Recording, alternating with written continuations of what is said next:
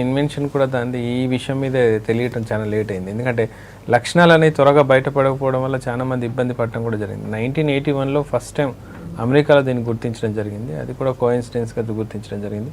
1983లో మళ్ళీ ఫ్రెంచ్ సైంటిస్టులు అమెరికన్ సైంటిస్టులు కలిసి ఆఫ్రికన్ కంట్రీస్ మీద రీసెర్చ్ చేస్తున్నప్పుడు డీటెయిల్గా డెప్త్గా దీని గురించి అనలైజ్ చేయడం జరిగింది. హెచ్ఐవి వైరస్ బాడీలో ఎంటర్ అయినప్పుడు నార్మల్గా వచ్చే లక్షణాలు ఎలా ఉంటాయంటే ఒక జలుబు ఒక వైరస్ లక్షణాలు వచ్చినట్టుగా ఉంటాయి. నార్మల్గా ఏంటంటే ఒక ఫీవర్ అనిపించడం, అంటే ఒళ్ళు నొప్పులుగా అనిపించడం, కొంచెం జ్వరంగా అనిపించడం, ఒక వారం రోజులు జ్వరం ఉండడం అనిపించడం, తర్వాత ఇమ్మీడియట్గా అవి తగ్గిపోతాయి. ఇమ్యూనిటీ సిస్టమ్ మళ్ళీ రికవర్ అవుతూ ఉంటుంది. ఆటోమేటిక్గా వైరస్ లెవెల్స్ అనేది కొంత లెవెల్స్ వెళ్ళే వరకు కూడా దీని యొక్క సిమ్టమ్స్ బయటకు రాకుండా ఉంటాయి. అలా మనిషికి తెలియకుండా ఉండిపోతూ ఉంటుంది. మనకి లక్షణాలు వచ్చినంత ప్రతిసారి అంటే వీళ్ళు గుర్తుపెట్టుకోవాల్సిన అంశం ఏంటంటే వీళ్ళు ఇంతకుముందు చేసిన ఇష్యూస్ ఏమున్నాయి, ఎవరైనా తెలియని పర్సన్స్తో సెక్సువల్గా ట్రాన్స్మిటెడ్గా ఉన్నారా లేకుంటే సెక్సువల్గా కలిసారా అన్నది ఒక విషయం.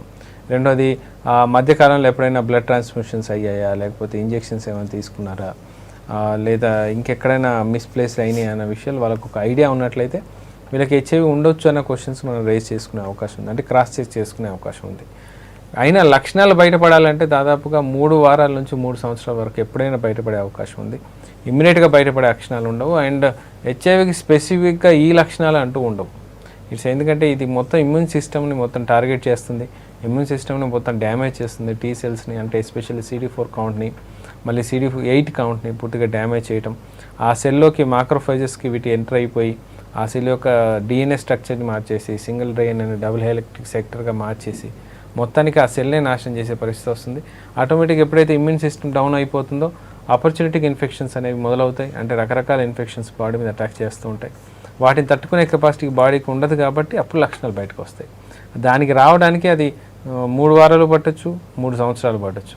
కాకపోతే ఏంటంటే దానివల్ల నెగ్లిజెన్స్ వల్ల హస్బెండ్కి ఉన్న వాళ్ళకి వైఫ్కి కానీ, వైఫ్కి ఉన్న వాళ్ళ హస్బెండ్కి కానీ వాళ్ళకి తెలియకుండా ప్రెగ్నెంట్ అయినప్పుడు భార్య నుంచి పిల్లలకి రావడం అనేది కూడా జరుగుతూ ఉంటుంది. అండ్ అన్ఫార్చునేట్లీ ఇది ఇప్పటికీ జరుగుతూనే ఉంది.